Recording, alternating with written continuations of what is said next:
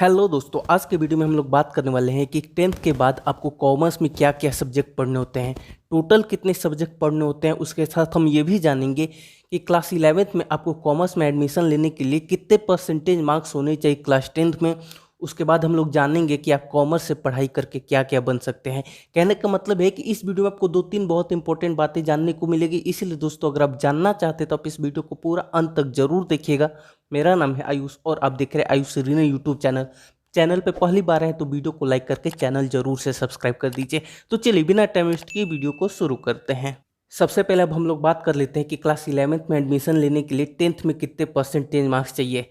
तो देखो गई, जब आप क्लास 11th में एडमिशन लेते हो तो दो प्रोबेबिलिटी होती है, या तो आप गवर्नमेंट स्कूल में एडमिशन लोगे या फिर आप प्राइवेट स्कूल के थ्रू अपने आगे की क्लास 11 क्लास 12 की पढ़ाई करोगे। तो अगर आप गवर्नमेंट स्कूल में एडमिशन लेते हो तो दोस्तों उसमें आपको एंट्रेंस एग्जाम देना पड़ता है, और अगर आप एंट्रेंस एग्जाम क्वालिफाई कर लेते हो यानी कि आपकी अच्छी रैंक आ जाती है तो दोस्तों आपका एडमिशन हो जाएगा। अगर आपके परसेंटेज कम भी है लेकिन आपने एंट्रेंस एग्जाम में अच्छा किया तो आपका एडमिशन हो जाएगा। लेकिन एक चीज़ यहाँ पे मैं और बता दूं कि बहुत सारे ऐसे भी गवर्नमेंट कॉलेज होते हैं जहाँ पे आपको एंट्रेंस एग्जाम वगैरह देने की ज़रूरत नहीं होती है। अब हम लोग बात कर लेते हैं प्राइवेट कॉलेज की। देखो, प्राइवेट कॉलेज में भी आपको एंट्रेंस एग्जाम देना पड़ता है, और आप प्राइवेट कॉलेज में जाओगे तो वहाँ पे ये भी आपको मेंशन किया रहेगा कि भाई आपको मिनिमम 70% या फिर मिनिमम 80% 60% होने चाहिए। लेकिन रियलिटी कुछ अलग होती है। भले वहाँ पे लिखा होता है वो उस चीज़ को फॉलो भी करते हैं, लेकिन दोस्तों कई बार ऐसा होता है कि अगर आपने एंट्रेंस एग्जाम में अच्छा नहीं भी किया या फिर आपके टेंथ में कुछ परसेंटेज कम भी आ गए तब भी आपको एडमिशन मिल जाएगा। बहुत सारे ऐसे प्राइवेट कॉलेज में आपको एडमिशन मिल सकते हैं। हो सकते कि एक आध दो को अगर हम लोग एक्सेप्शन छोड़ दें, लेकिन जो मैक्सिमम प्राइवेट कॉलेज होते हैं उसमें आपके परसेंटेज कम भी होते हैं या फिर एंट्रेंस एग्जाम में आप अच्छा नहीं भी कर पाते तब भी दोस्तों आपका एडमिशन हो सकता है। क्योंकि दोस्तों प्राइवेट स्कूल्स ऐसे होते हैं उनको बस एडमिशन चाहिए होते हैं, जितना ज़्यादा एडमिशन होगा उतना ही उनके लिए ज़्यादा बेनिफिशियल होगा। तो आई होप ये बात तो आपको समझ में आ गई होगी कि आपको कितने परसेंटेज मार्क्स होने चाहिए क्लास 10th में। अब हम लोग बात कर लेते हैं कि क्लास 11th कॉमर्स में कौन कौन से सब्जेक्ट होते हैं। अब बिल्कुल ध्यान से सुनिएगा, ये चीज़ आपके लिए बहुत ज़्यादा इंपॉर्टेंट है। देखो गई, जब आप क्लास 11th में जाते हो तो बेसिकली आपको वहाँ पे 5 सब्जेक्ट पढ़ने होते हैं। 5 सब्जेक्ट में जो 4 सब्जेक्ट होते हैं वो दोस्तों होते हैं कंपलसरी यानी कि मेन सब्जेक्ट, वो सभी स्टूडेंट को पढ़ने होते हैं जो कि कॉमर्स लेने वाले हैं। उसके अलावा दोस्तों जो एक सब्जेक्ट और होता है वो होता है ऑप्शनल। ऑप्शनल कहने का मतलब कि आपको ऑप्शन मिलता है कि भाई आप कौन सा subject as a optional subject लेना चाहोगे। तो चलिए अब हम लोग बात कर लेते हैं कि मेन सब्जेक्ट कौन कौन से होते हैं। तो जैसे कि मैंने आपको बताया कि 4 मेन सब्जेक्ट होते हैं जो कि सभी स्टूडेंट को पढ़ने होते हैं। तो जो मेन सब्जेक्ट है वो इस तरीके से हैं। सबसे पहले दोस्तों बिजनेस स्टडीज, जो भी कॉमर्स लेगा उसको बिजनेस स्टडीज पढ़ना ही पड़ेगा क्योंकि कॉमर्स का एक बहुत ही इंपॉर्टेंट सब्जेक्ट है। उसके अलावा दोस्तों अकाउंटेंसी, आपको अकाउंटेंसी भी पढ़नी पड़ेगी। इसके अलावा दोस्तों आपको इंग्लिश एंड इकोनॉमिक्स, तो ये 4 सब्जेक्ट हो गए, business studies, accountancy, English and economics.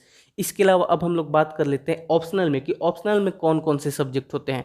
तो देखो दोस्तों, ऑप्शनल में आपको मैथ्स हो सकता है, कंप्यूटर साइंस हो सकती है, फिजिकल एजुकेशन हो सकता है, हिंदी हो सकती है या फिर कोई और भी लैंग्वेज हो सकती है, बंगाली, मराठी, गुजराती, कुछ भी हो सकती है, एक लैंग्वेज होगी। इसके अलावा दोस्तों आप ड्राइंग ले सकते हो। इसके अलावा दोस्तों आप होम साइंस ले सकते हो, या फिर दोस्तों आप म्यूजिक भी ले सकते हो एज ए ऑप्शनल सब्जेक्ट। मैंने यहाँ पे 4 आपको मेन सब्जेक्ट के नाम बताए और मैंने आपको 6 बताए ऑप्शनल सब्जेक्ट के बारे में। तो देखो, मैंने जो 6 आपको ऑप्शनल सब्जेक्ट बताए ये सभी स्कूल में 6 के 6 अवेलेबल नहीं होते। हो सकता है कि इसके अलावा और भी एक आध दो कोई और ऑप्शनल सब्जेक्ट हो। तो सारे स्कूल में सारे ऑप्शनल सब्जेक्ट अवेलेबल नहीं होते। जो मैंने बताया हो सकता है कि इसमें से आपके स्कूल में 2 ही ऑप्शनल सब्जेक्ट हो सकता है कि मैथ्स हो और कंप्यूटर साइंस हो, या फिर हो सकता है कि मैथ्स हो, हिंदी हो, इसी में से आपको एक चुनना पड़ेगा। तो इतने सारे ऑप्शनल सब्जेक्ट होते जरूर है, लेकिन सभी स्कूल में एक साथ सभी ऑप्शनल सब्जेक्ट का ऑप्शन आपको मिलेगा ही नहीं। किसी किसी स्कूल में 2 ऑप्शन मिलेगा, उसमें से आपको एक चुनना पड़ेगा।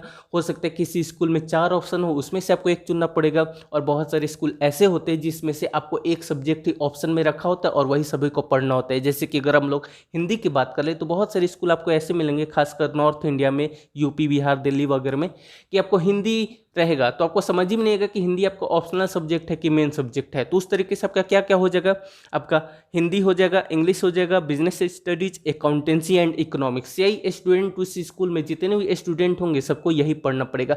तो ऑप्शनल सब्जेक्ट की ये एक बात है कि सभी स्कूल में सारे ऑप्शनल सब्जेक्ट नहीं होते, किसी स्कूल में 2 ऑप्शनल होते जिसमें से एक चुनना पड़ता है, किसी में 3 होते जिसमें से एक चुनना पड़ता है। तो ये डिपेंड करता है स्कूल्स के ऊपर। तो आई होप कि अब आपको क्लियर हो गया हो कि कौन कौन से ऑप्शनल सब्जेक्ट होते हैं, कौन कौन से मेन सब्जेक्ट होते हैं।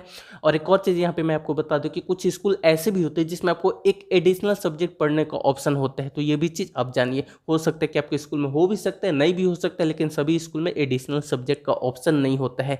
तो अब हम लोग बात कर लेते हैं कि कॉमर्स से पढ़ाई करके आप क्या क्या बन सकते हैं। लेकिन वो बताने से पहले आपसे एक छोटी सी रिक्वेस्ट है कि आप वीडियो को अभी तक देख रहे हैं तो वीडियो को लाइक कर दीजिए और चैनल को जरूर से सब्सक्राइब कर दीजिए। अगर आपको कॉमर्स स्ट्रीम के बारे में और ज़्यादा डिटेल में जानना है तो दोस्तों आप हमारी आर्टिकल पढ़ सकते हैं। गूगल पे जाइए, सर्च कीजिए howtobecomeindia.in, आपको आयुषी रीना वेबसाइट मिल जाएगी, वहाँ पे आपको बहुत सारे आर्टिकल मिल जाएंगे। तो गाइज अब हम लोग बात कर लेते हैं कि कॉमर्स से पढ़ाई करके आप क्या क्या बन सकते हैं। बहुत सारे स्टूडेंट के मन में डाउट होता है कि यार कॉमर्स से पढ़ाई करके सिर्फ सीए ही बन सकते हैं, यानी कि चार्टर्ड अकाउंटेंट ही बन सकते हैं। लेकिन दोस्त ऐसा नहीं है, आप सीए तो बन ही सकते हैं। सीए एक बहुत अच्छा प्रोफेशन है, बहुत अच्छी उसमें आपको सैलरी मिलती है, आपकी लाइफ पूरी तरीके से सेट हो जाएगी। लेकिन ऐसा नहीं है बिल्कुल कि अगर आप सीए नहीं बन पाएंगे तो फिर आप कुछ कर ही नहीं सकते। इसके अलावा और भी बहुत सारे ऑप्शन हैं। दोस्तों आप अगर गवर्नमेंट जॉब में जाना चाहते हैं तो कई सारे गवर्नमेंट ऑप्शन है आपके पास। इसके ऊपर मैंने ऑलरेडी वीडियो बनाया, तो आपको लिंक डिस्क्रिप्शन बॉक्स में और आई बटन में दे दूंगा, एक बार जरूर देखिएगा इस वीडियो को देखने के बाद।